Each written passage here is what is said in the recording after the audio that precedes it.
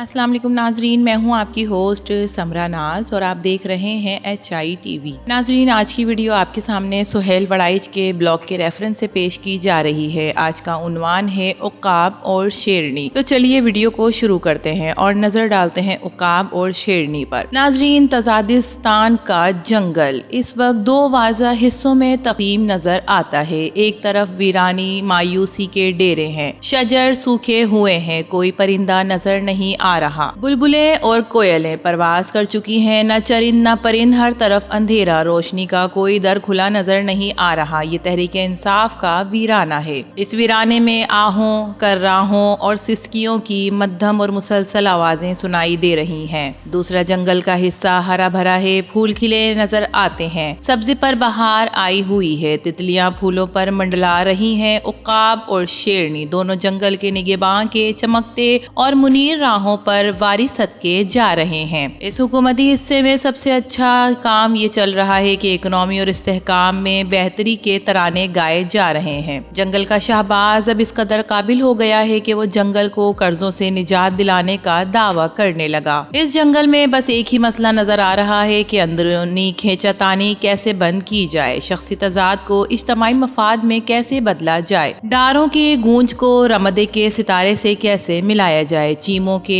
عہد کو سیاسی وزیروں کی ناراضگی سے کیسے روکا جائے، شاہوں کی توقیر اور سرخ فیتیے میں محاذ آرائی کا حل کیا نکالا جائے۔ عقاب اور شیرنی دونوں کی بنتی نہیں، دونوں ملتے ہی نہیں۔ نونی شکر آئے اور روز عقاب کی قابلیت پر سوال اٹھا کر جنگل پر پتھروں کی بارش کرتے ہیں۔ یوں لگتا ہے کہ تحریک انصاف کے باسیوں کو بری خبر ملنے والی ہے۔ حکومت کے آسی ہوں یا خوشحالی کے آسی، دونوں میں باہم مل کر چلنے کا عہد و پیما ہو گیا ہے۔ جنگل کے نگہبان نے فی الحال عقاب اور شیرنی کو ملا دیا۔ نگہبان کے لیے عقاب بہت اہم ہے، نگہبان کی جان گو عقاب میں ہے، مگر عقاب نگہبان کا پسندیدہ ہے۔ اب تک نگہبان نے جو بھی انتخابات کیے ہیں، ان میں سے عقاب سب سے قابل نکلا ہے۔ اس نے دن رات محنت کر کے اپنی ڈھاک بٹھا دی ہے اور اس قدر تیز ہے کہ اس کے سامنے سب کی اسپیڈ مانند پڑ گئی اور ایک جن کی طرح پلک جھپکتے ہی ایک پل میں ورلڈ نگر بنا کر سب کو دنگ کر دیا۔ دوسری طرف شیرنی نے اپنے سیاسی رنگ جما کر سب کو حیران کر دیا۔ نونی کیمپ کی واحد کرشماتی شخصیت کی حیثیت سے اس نے مستقبل کی سیاست کے بارے میں سنہرے خواب پیدا کرنے کی کوششیں کی ہیں۔ نگہبان کے لیے عقاب اہم ہے تو شیرنی کی بھی اہمیت نہیں۔ وہ دونوں کو ساتھ چلنا چاہتا ہے کہ انصاف باسیوں کا سیاسی مکو ٹھپ ہو سکے، مگر یہ دونوں اکٹھے چلنے کو کسی صورت تیار نہیں۔ اب کیا ہوا ہے کہ نگہبان نے براہ راست مداخلت کر کے بالآخر یہ ٹنٹا مکا دیا ہے۔ جنگل کا کاروبار اب چل پڑا اور مہکتے ہوئے زرخیز جنگل میں کچھ نئے پھول مہک اٹھیں گے۔ تحریک انصاف کے جن باسیوں سے ملیں، وہ دشمن کی توپوں میں کیڑے پڑنے کی بات کرتا ہے یا امریکی کانگریس کی طرف سے پاکستان کے جرنیلوں پر پابندی کا بار بار ذکر کرتا ہے، جبکہ آسی اور آئسی حکومتی قیدیوں میں کہتے ہیں کہ اسٹیبلشمنٹ 18 سال تک تحریک انصاف کے بانی کو اقتدار نہ دینے کی منصوبہ بندی کر چکی ہے۔ باسی کہتے ہیں کہ یہ جعلی نظام ہے، یہ چل ہی نہیں سکتا۔ آسی کہتے ہیں کہ 2018 کا نظام بھی تو ایسا ہی تھا، جب کوئی روڑا کوڑا تحریک انصاف سے کہتا تھا کہ وہ اپنی جمہوری غلطیوں کا اعلان کرے، عوام سے معافی تو مانگے، آئندہ ان غلطیوں کے نہ کرنے اور جمہوری اصولوں پر سختی سے کاربند رہنے کا وعدہ کرے تو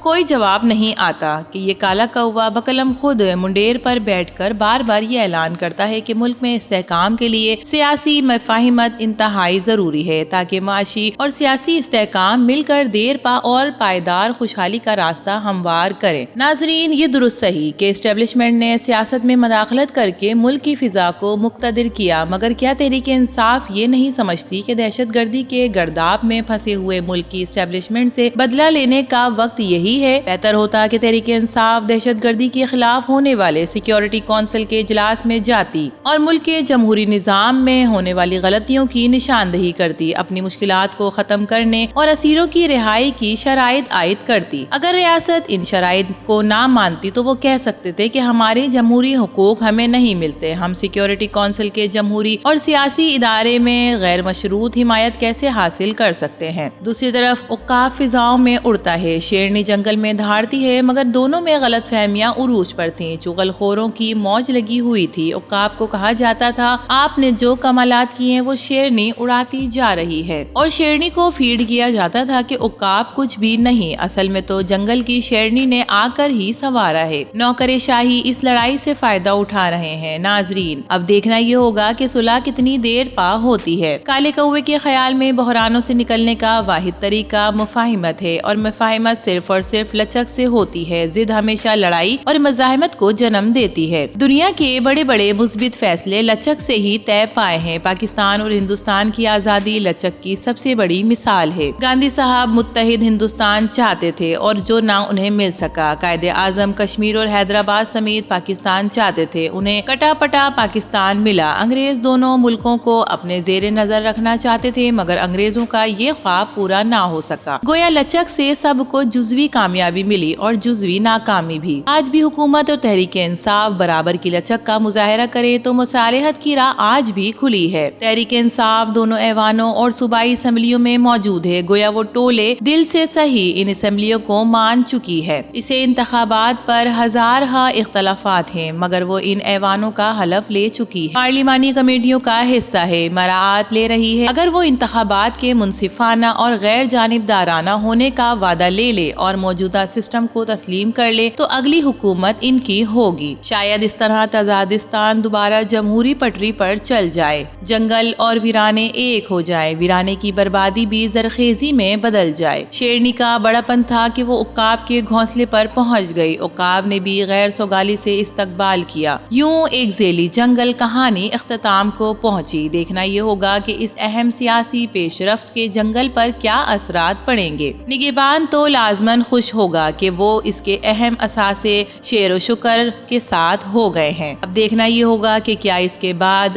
نونی شکروں کی عقاب پر سنگ زنی جاری رہے گی یا تھم جائے گی؟ کیا آنے والے دنوں میں عقاب اور نونی بوڑھے شیر کی ملاقات ہوگی؟ اور کیا صلح پسند شہباز اس میں کوئی کردار ادا کرے گا یا نہیں؟ سب پردہ اٹھنے کے منتظر ہیں اور نگاہ رکھے ہوئے ہیں۔ تو ناظرین، یہ ہمارا بلاگ اختتام پذیر ہوا۔ امید کرتے ہیں آپ کو آج کی ویڈیو پسند آئی ہوگی۔ ویڈیو پسند آئے تو اسے لائک کیجئے، اس کے بارے میں اپنی رائے کا اظہار کیجئے، HI TV کو سبسکرائب کیجئے۔ تو پھر ملیں گے کسی اور نئی ویڈیو کے ساتھ، تب تک کے لیے اللہ حافظ۔